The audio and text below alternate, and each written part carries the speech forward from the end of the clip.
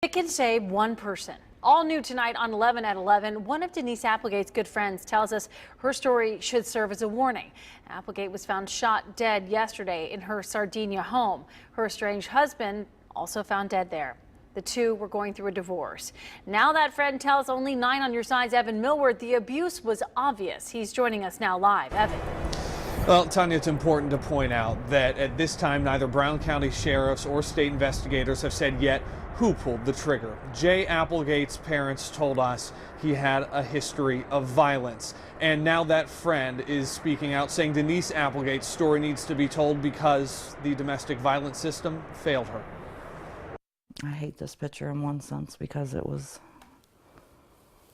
the day she married him, but Chris Jacobs stands next to a beaming bride. Denise Applegate was one of her best friends since '96. when you were her friend, you were her friend. You know, there was no ifs, ands, or buts. She was going to be there for you.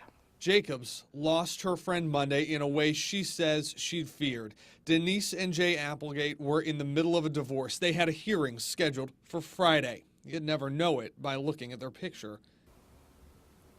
No. It was literally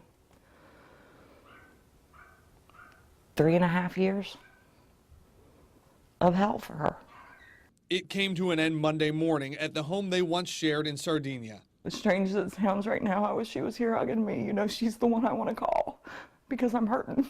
Jacobs says she and her husband took their friend in when things were at their worst. That really scared her. That's when she said, okay, I know this has got to be done.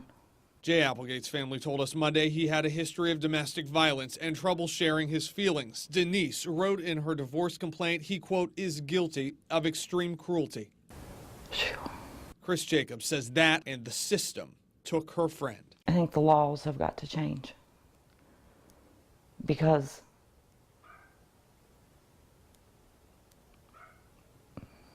I mean, obviously he did it.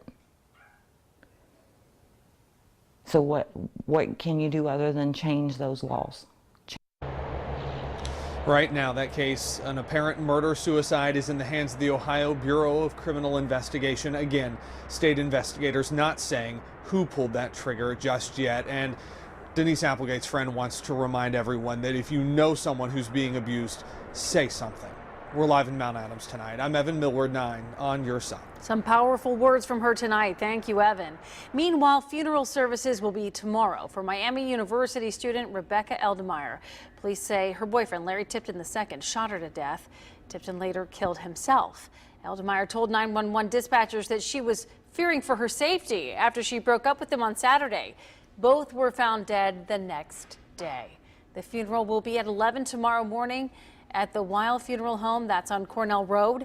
Eldemeyer's family has also set up an environmental foundation in her honor.